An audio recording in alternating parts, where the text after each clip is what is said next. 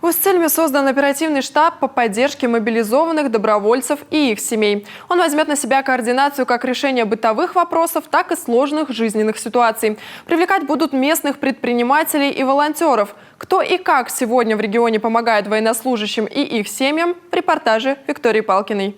Такая вот вещь, как раз шею закрыть, и чтобы был цвет такой более темный. То есть, в принципе, если шапка или под шлем одеть, то есть он как получается почти как балаклава, либо можно вот так вот одеть, как подшлемник.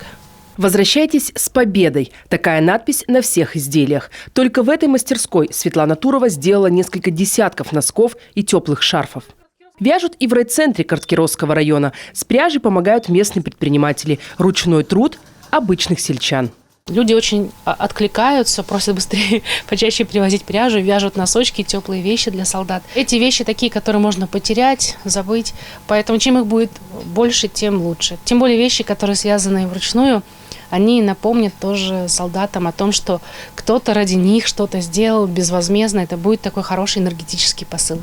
В столице Коми тем временем шьют тактические носилки. План – 50 штук. К всероссийскому движению «Золотые руки ангела» уже присоединились 85 городов. Сыктывкарские волонтеры были среди первых. Прочность достаточная для того, чтобы человека вытащить. Вот. А с другой стороны, хорошо сложенная, нормально сложенная, она не мешает, занимает мало места, для нее будет свой собственный подсумок. Движение там полностью предоставляет материалы для изготовления носилок и полностью схему, технологию, то есть стропу определенную, да, это все поставляется, даются схемы, мы действуем просто по схеме.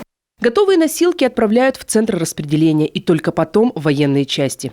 Параллельно с этим проектом активисты озаботились и вопросом производства жгутов. Сейчас в аптеках их дефицит. Уже есть первые образцы. Помощь мобилизованным и добровольцам собирают и в Уссылимском районе. В местном фонде уже больше 300 тысяч рублей. В октябре из нашего района более 30 ребят ушло для участия в специальной военной операции. Среди них немало и добровольцев. Собирали и провожали мы их сообща.